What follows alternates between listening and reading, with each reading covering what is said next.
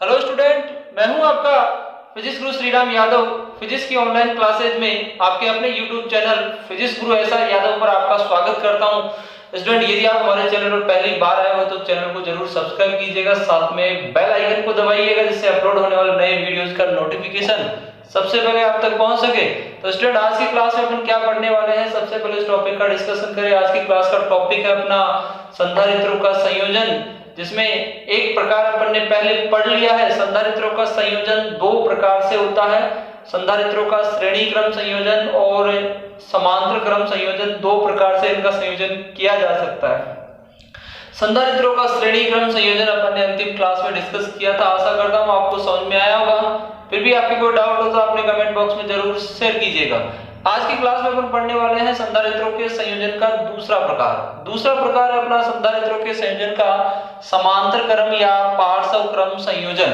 अर्थात संधारित्रों को समांतर क्रम या पार्श्व क्रम में यदि जोड़ा जा रहा है तो उस अवस्था में संधारित्र की धारिता बढ़ेगी या घटेगी। इनको समांतर क्रम में क्यों जोड़ा जाता है, संधारित्र को की धारिता को बढ़ाने के लिए या घटाने के लिए, उसका डिस्कशन आज की क्लास में करने वाले हैं। तो चलो स्टार्ट करते हैं आज की क्लास, जिसका टॉपिक है संधारित्रों के संयोजन का समांतर क्रम संयोजन।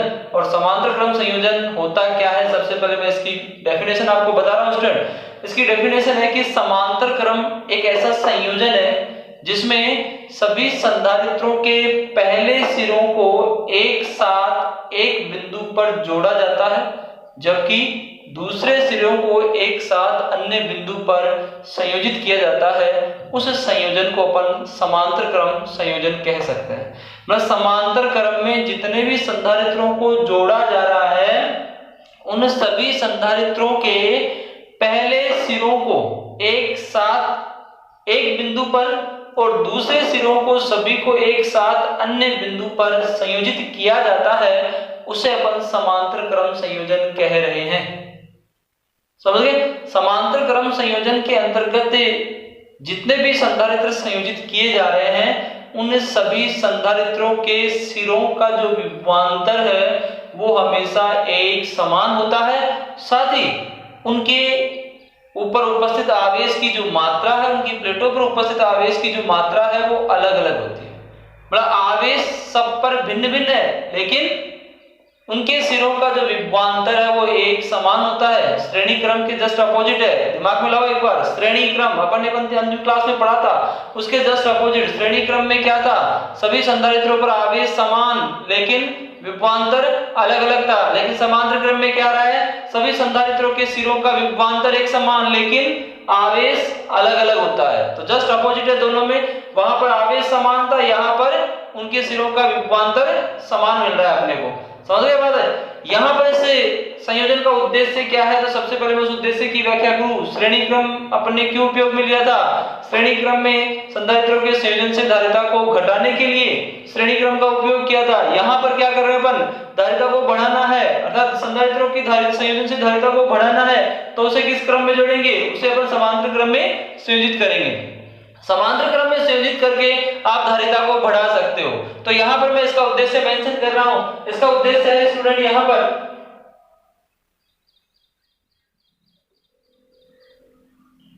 इसका उद्देश्य है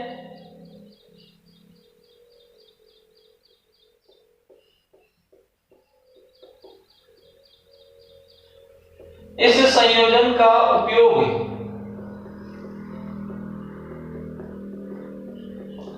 धारिता को बढ़ाने के लिए किया जाता है। मतलब संधारित्रों के संयोजन में धारिता को बढ़ाना है तो उस अवस्था में उन संधारित्रों को अपन समांतर क्रम में संयोजित करेंगे। समांतर क्रम में संयोजित करके क्या कर सकते हैं, धारिता को बढ़ा सकते हैं अपन।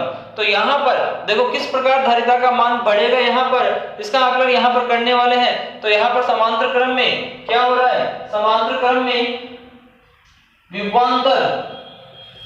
विभवांतर का मान सभी संधारित्रों पर क्या है, समान है, लेकिन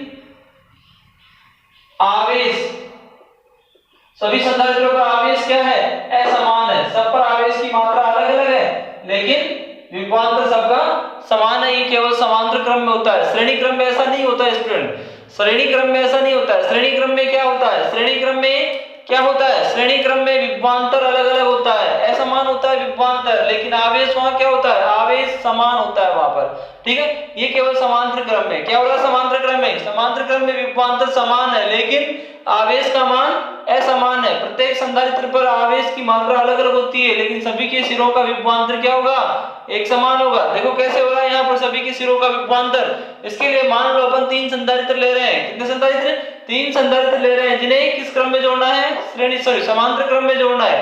3 संधारित्र ले रहे हैं जिनकी धारिताएं क्या है, C1 C2 और C3। 3 संधारित्र ले रहे हैं जिनकी धारिताएं क्या है, C1 C2 और C3 है। 3 संधारित्रों को किस क्रम में जोड़ा जा रहा है, समांतर क्रम में जोड़ा जा रहा है। तो देखो कैसे जोड़ा जा रहा है, 3 संधारित्र जिनकी धारिताएं C1 C2 और C3। एक संधारित्र अपने पास ये है जिसकी धारिता कितनी है, C1 है।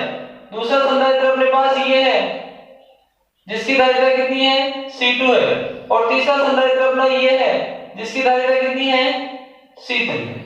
ये 3 संधारित्र है जिनको किस क्रम में जोड़ना है, इनको जोड़ना है समांतर क्रम में। इन संधारित्रों पर आवेश, एक प्लेट पर धनात्मक आवेश, दूसरी प्लेट पर ऋणात्मक आवेश। तो यहां पर इन तीनों को किस क्रम में जोड़ना है, इन तीनों को जोड़ना है अपने को किस क्रम में, समांतर क्रम में। तो समांतर क्रम में जोड़ने के लिए क्या करें, समांतर क्रम में जोड़ने के लिए अभी मैंने डेफिनेशन बताई है, इन सभी संधारित्रों के पहले सिरों को क्या करते हैं, एक साथ एक बिंदु पर संयोजित करते हैं। दूसरे सिरों को एक साथ दूसरे बिंदु पर संयोजित करते हैं। पहले सिरों को अपन ने प्लस q आवेश से संयोजित कर दिया, दूसरा सिरा उसको अपन ने भू संपर्कित कर दिया। सही है। तो उस अवस्था में यहां पर इन संधारित्रों के लिए देखें अपन, तो यहां पर इनके सिरों का विभवांतर, मान लो बिंदु ए और बी के बीच में जोड़ रहे अपन, ए और बी के बीच में जोड़ रहे हैं, तो इनके सिरों का विभवांतर क्या है, v है। जितने भी संधारित्र, 3 संधारित्र यहां पर जुड़ रहे हैं तो तीनों संधारित्रों पर विभवांतर क्या है, एक समान है, v। बिंदु ए और बी के बीच में जुड़े हुए हैं तीनों संधारित्र। क्लियर है। अब यहाँ पर यदि अपन आवेश q की बात करें तो बिंदु ए पर यह आवेश q दिया जा रहा है, बिंदु ए पर आवेश q दिया जा रहा है, तो क्या होगा, यह आवेश जब यहाँ पहुंचेगा तो इन संधारित्रों की जो धारिताएं हैं उन धारिताओं के क्रम में इस आवेश का क्या हो जाएगा, विभाजन हो जाएगा। यह आवेश यहाँ पर क्या हो जाएगा, बढ़ जाएगा इन तीनों दिशाओं में। तो यहाँ पर पहले संधारित्र पर आवेश चला गया प्लस q1, दूसरे पर प्लस q2 और तीसरे पर प्लस q3। दूसरी प्लेट पर इतना ऋणात्मक आवेश माइनस q1 माइनस q2 और माइनस q3, और धनात्मक आवेश को पृथ्वी द्वारा भू संपर्कित कर दिया गया तो उससे निरस्त हो जाएगा। तो यहाँ पर देखो क्या है, तीनों संधारित्रों पर आवेश क्या है, असमान है, अलग अलग है q1 q2 और q3, लेकिन तीनों के सिरों का विभवांतर क्या है, एक समान है। कितना है, v है यहाँ पर। आगे बात समझ में। तो अब यहाँ पर यदि अपन तीनों संधारित्रों के लिए आवेश के मान q1 q2 q3 का मान अपन धारिता की परिभाषा से ज्ञात करें तो यहाँ पर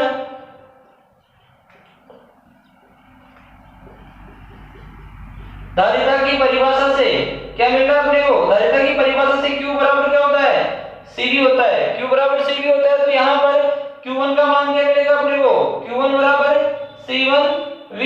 q2 का मान क्या मिलेगा अपने को, q2 बराबर c2v। दूसरे संधारित्र की धारिता c2, आवेश q2 और विभवांतर क्या है सबके लिए v, और q3 बराबर क्या मिल जाएगा, q3 बराबर c3v मिल जाएगा अपने को। सही है। अब यदि अपन बिंदु ए पर देखें तो जो आवेश q दिया था, मैं इस आवेश को कैपिटल Q ले लेता हूं, ये जो आवेश q दिया था ये आवेश q कहां चला गया, 3 भागों में विभाजित हो गया। किस रूप में, q1 q2 और q3 के रूप में ये विभाजित हो गया q। तो यहां पर आवेश q का जो मान है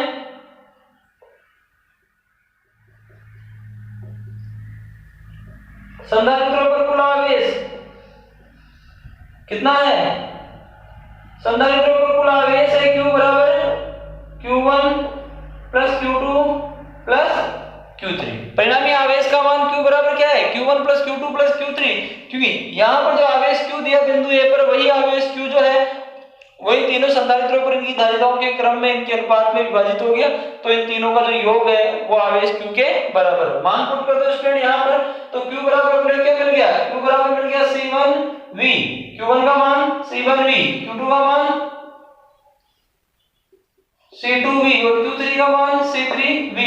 तो Q बराबर क्या मिल गया, V तो इनमें कॉमन आ गया, कैसे रह गया C1 plus C2 plus C3। यहाँ पर Q बराबर अपने को मिल गया क्या, Q बराबर अपने को मिल गया V into C1 plus C2 plus C3। इन संधारित्रों पर कुल आवेश की मात्रा ये मिल गई अपने को। अब यदि यहाँ पर संयोजन की तुल्य धारिता को अपन Cp मान ले पैरेलल के लिए, P मतलब पैरेलल, तो उस अवस्था में Q का मान क्या हो जाएगा, यदि संयोजन की तुल्य धारिता Cp है तो Q बराबर CpV। P का मतलब पैरेलल समांतर क्रम के लिए P लिया अपन ने, तो तुल्य धारिता Cp है, तो उस अवस्था में यहाँ पर अपने को Q का एक मान ये भी मिल रहा है, क्योंकि अपने को दो मान मिल गए। Q यहाँ पर क्या है, बिंदु A पर दिया गया आवेश, तो यहाँ पर इसके दो मान प्राप्त हो रहे, तो दोनों की तुलना करें, तो तुलना करने पर हमें क्या मान मिल रहा है, CpV बराबर क्या मिल रहा है, V into C1 plus C2 plus C3। ये V से V स्टूडेंट यहाँ पर कैंसिल हो गया, क्या मिल गया, Cp बराबर C1 plus C2 plus C3। अर्थात यहाँ पर यदि अपन तीन संधारित्रों को समांतर क्रम में संयोजित कर रहे हैं, समांतर क्रम में संयोजित करने पर तुल्य धारिता का मान क्या मिल रहा है, यदि इनको समांतर क्रम में संयोजित किया जा रहा है तो तुल्य धारिता का मान Cp बराबर C1 plus C2 plus C3 मिल रही है अपने को। अर्थात तुल्य धारिता क्या होगी, उस संयोजन में जुड़ी हुई है, उस संयोजन में, कौन सा संयोजन, समांतर क्रम, समांतर क्रम संयोजन में तुल्य धारिता का मान प्रत्येक संधारित्र के संयोजन में जुड़ी हुई है प्रत्येक संधारित्र की धारिता के योग के बराबर होगा। अर्थात यहाँ पर Cp बराबर C1 plus C2 plus C3, पहले संधारित्र की धारिता प्लस दूसरे की धारिता प्लस तीसरे की धारिता, अर्थात तीनों संधारित्रों की धारिताओं के योग के बराबर मिल रहा है अपने को किसका मान, तुल्य धारिता का मान। आगे बात समझ में। अब यदि यहाँ पर दो से अधिक संधारित्रों को अपन जोड़ रहे हैं, तीन जोड़ रहे हैं, चार जोड़ रहे हैं, पांच जोड़ रहे हैं, n संधारित्रों को जोड़ रहे हैं, तो धारिता का मान उस क्रम में जुड़ता चला जाएगा। आगे बात समझ में। तो यहाँ पर यदि अपन n संधारित्रों को समांतर क्रम में संयोजित करें, तो यदि n संधारित्र समांतर क्रम में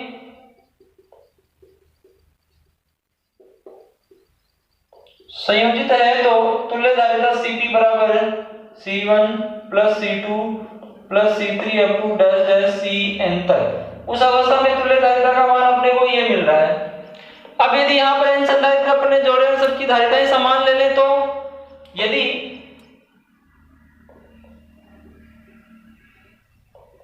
सभी संधारित्रों की धारिताएं समान है तो क्या मिलेगा, Cp का मान अपने को मिलेगा C plus C up to n बार। तो Cp बराबर क्या मिल गया, n इंटू C।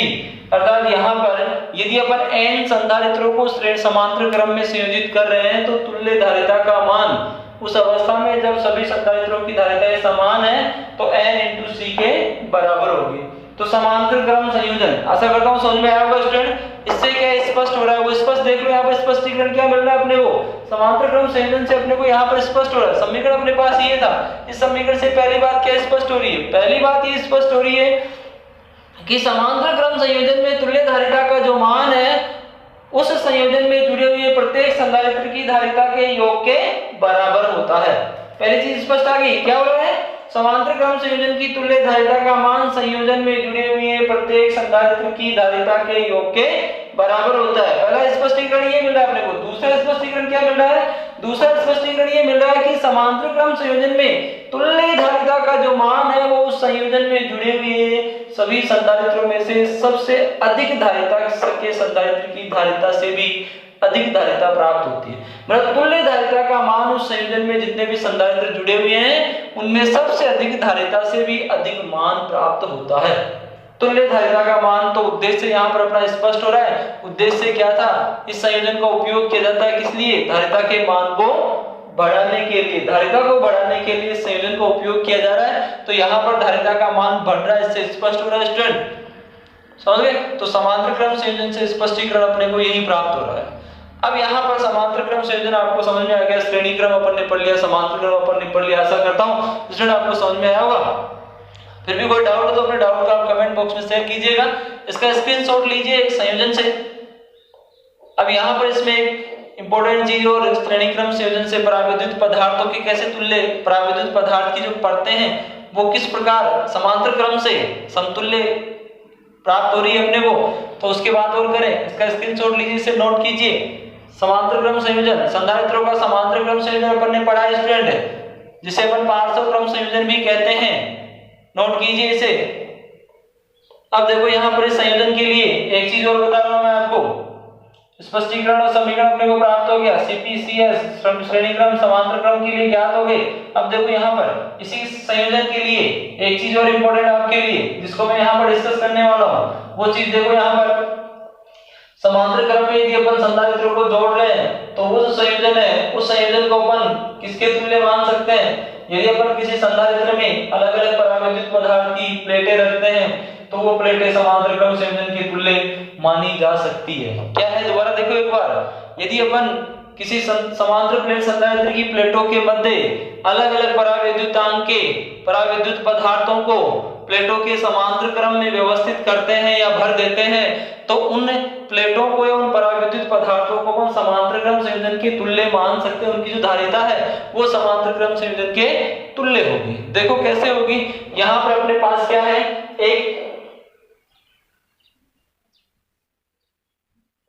यहाँ पर अपने पास एक समांतर प्लेट संधारित्र है। ये अपने पास एक समांतर प्लेट संधारित्र है, ठीक है, जिसके प्लेटों के बीच की जो दूरी है वो क्या है, d। क्लियर है। अब यहाँ पर इन प्लेटों के बीच की जो दूरी है, इस दूरी में इनके समांतर क्रम में, प्लेटों के समांतर क्रम में समान क्षेत्रफल और समान मोटाई की 3 परावैद्युत पदार्थों को व्यवस्थित करते हैं।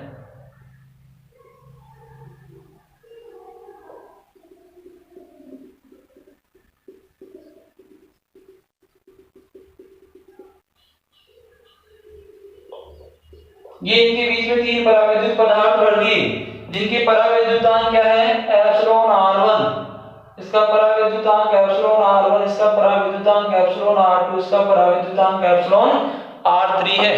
इन प्लेटों के समांतर क्रम में समान क्षेत्रफल मान लो क्या है, समान क्षेत्रफल यहाँ पर मान लिया a है, समान क्षेत्रफल और समान मोटाई की परावैद्युत पदार्थों को इनके बीच में समांतर क्रम में व्यवस्थित कर दिया तो उस अवस्था में ये जो संयोजन है, इस संयोजन को अपन तुल्य मान सकते हैं किसके, समांतर क्रम संयोजन के तुल्य यहाँ पर इनको मान सकते हैं अपन इन तीनों प्लेटों को, इन तीनों प्लेटों को मैं यहाँ पर एक तुल्य डायग्राम के रूप में व्यवस्थित कर रहा हूं इन्हें। देखो यहाँ पर तीनों प्लेटें,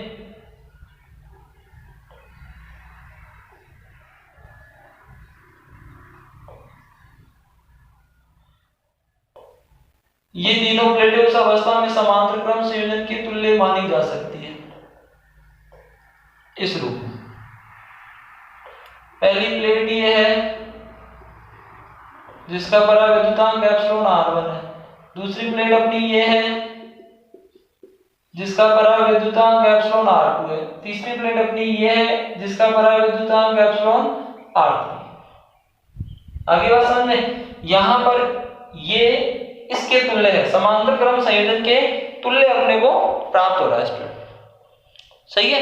यहाँ पर इनका क्षेत्रफल अपन ने समान लिया, इनकी बीच की दूरी अपन ने समान ली है, तो उस अवस्था में इनकी जो धारिताएं हैं, पहले संधारित्र की धारिता देखें तो C1 बराबर A epsilon node epsilon r1 upon d, दूसरे की धारिता C2 बराबर A epsilon node epsilon r2 upon d, तीसरे की C3 बराबर A epsilon node epsilon r3 upon d मिलती है। यदि क्षेत्रफल समान ले रहे हैं तो उस अवस्था में ये होगा। आगे बात समझे, तो उस अवस्था में यहां पर तुल्य धारिता Cp बराबर अपने क्या मिल रही है, C1 plus C2 plus C3, तो Cp बराबर A epsilon node epsilon r1 upon d plus A epsilon node epsilon r2 upon d plus A epsilon not epsilon r3 बटे हुए d। तो Cp बराबर क्या मिल गया, a epsilon nought upon d, common आ गया, अंदर क्या बच गया, epsilon r1 plus epsilon r2 plus epsilon r3। उस अवस्था में तुल्य धारिता का मान अपने को ये मिल रहा है। जब उनकी मोटाई समान हो, मोटाई अपने को समान प्राप्त हो रही है, तो उस अवस्था में मोटाई समान होने पर, इनका क्षेत्रफल समान होने पर तुल्य धारिता का मान अपने को ये प्राप्त हो रहा है। Clear student? तो आशा करता हूं आपको संधारित्रों का समांतर क्रम संयोजन अच्छी तरह समझ में आया होगा। फिर भी कोई डाउट हो तो अपने डाउट को आप कमेंट बॉक्स में शेयर कीजिएगा। देखो यहाँ पर आगे क्या है, आगे यहाँ पर इसमें कुछ क्वेश्चन लेते हैं पर न्यूमेरिकल संयोजन से संबंधित है। तो यहाँ पर समांतर क्रम संयोजन अपन ने पढ़ा है, तो इसी संयोजन का एक न्यूमेरिकल मैं आपको समझा रहा हूँ। यहाँ पर देखो क्वेश्चन क्या है, यहाँ पर समांतर क्रम संयोजन के लिए न्यूमेरिकल, फिर दोनों का एक कॉम्बिनेशन, दो क्वेश्चन यहाँ पर सॉल्व करते हैं स्टूडेंट। देखो पहले समांतर क्रम संयोजन के लिए क्या है, समांतर क्रम संयोजन के लिए क्वेश्चन है अपने पास क्या, वही जो अंतिम क्लास में अपन ने लिया था। क्वेश्चन है अपने पास, यदि तीन संधारित्र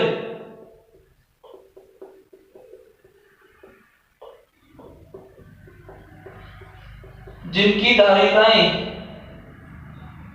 यदि तीन संधारित्र जिनकी धारिताएं क्रमशः 1 फैराड, 2 फैराड एवं 3 फैराड है, यदि तीन संधारित्र जिनकी धारिताएं क्या है, 1 2 3 माइक्रोफैराड है, सॉरी फैराड है, को समांतर क्रम में संयोजित करने पर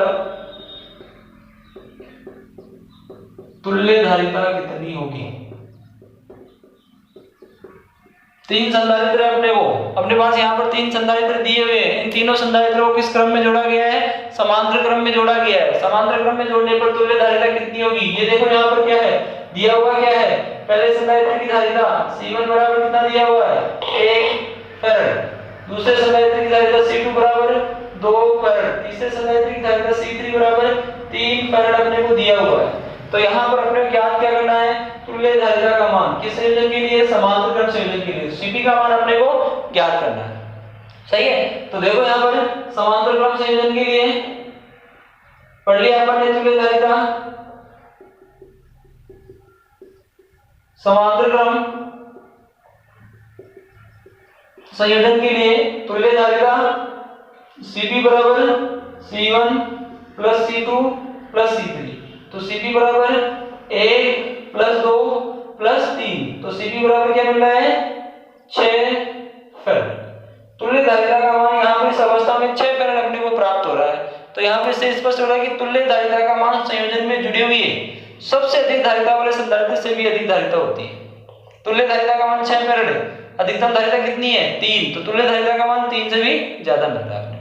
तो ये समांतर क्रम संयोजन में स्पष्टीकरण अपन ने प्राप्त किया है। तो यहाँ पर संधारित्रों का समांतर और श्रेणी क्रम संयोजन क्लियर हो गया, आशा करता हूँ समझ में आ गया होगा। इंपॉर्टेंट टॉपिक है संधारित्रों का समांतर और श्रेणी क्रम संयोजन, जिससे अधिकांश एग्जाम में, कंपटीशन एग्जाम हो, बोर्ड एग्जाम हो, मोस्टली क्वेश्चन इससे पूछा जाता है। संधारित्रों का संयोजन, श्रेणी क्रम और समांतर क्रम संयोजन, न्यूमेरिकल, इसके न्यूमेरिकल अपन ने सॉल्व किए। और एक क्वेश्चन यहाँ पर देखता हूँ स्टूडेंट, क्वेश्चन अपना देखो अगला क्या है इसमें, ये आपको समझ में आ गया होगा।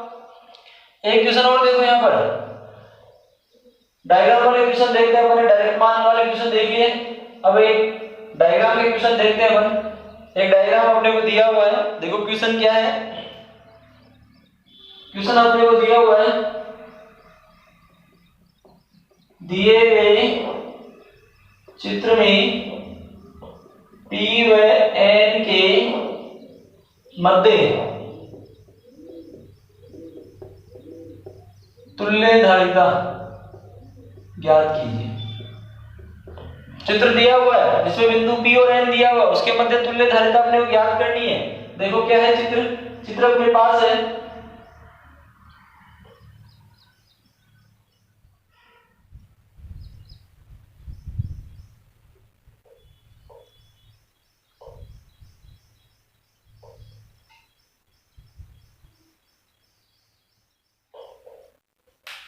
ये अपने को ऐसा डायग्राम दिया हुआ है जिसमें 3 संधारित्र है।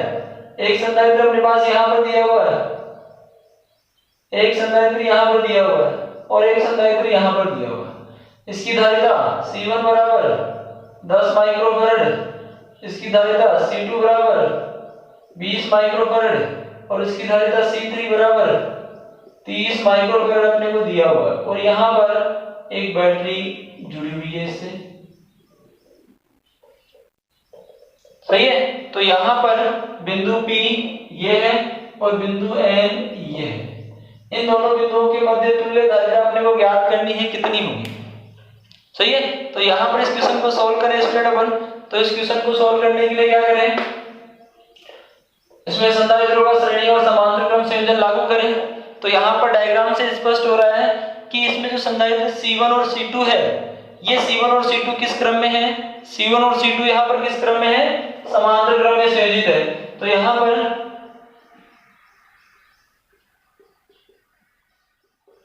संधारित्र C1 एवं C2 किस क्रम में है, समांतर क्रम में संयोजित है। तो तुल्य धारिता Cp बराबर C1 प्लस C2। तो Cp का मान कितना मिल गया, C1 का मान 10, C2 का मान 20। तो Cp बराबर 30 माइक्रो फैराड अपने को प्राप्त हो गया, सही है। तो यहां पर देखो एक डायग्राम बदल गया,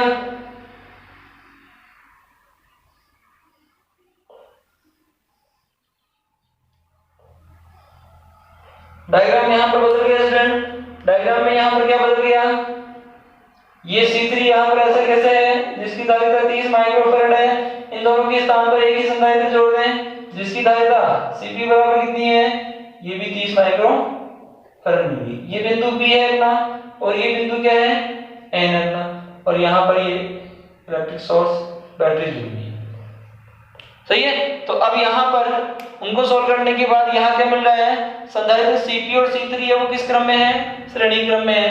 तो उसको सोल्व करें। संधारित्र Cp एवं C3 श्रेणी क्रम में संयोजित है। तो श्रेणी क्रम में संयोजित होने पर तुल्य धारिता 1/CS बराबर 1/C1 प्लस 1/C2। तो यहाँ पर C1 C2 के स्थान पर 1/Cp और 1/C3। तो 1/CS बराबर 1/30 प्लस 1/30। लघुत्तम ले लो कितना, 30। 1 प्लस 1 कितना मिल गया, 2/30। तो CS बराबर कितना मिल गया, 30/2। CS बराबर 15 माइक्रोफैराड। मतलब बिंदु P और N के मध्य जो तुल्य धारिता है वो कितनी मिल रही है, बिंदु P और N के मध्य तुल्य धारिता यहाँ पर 15 माइक्रोफैराड अपने को प्राप्त हो रही है।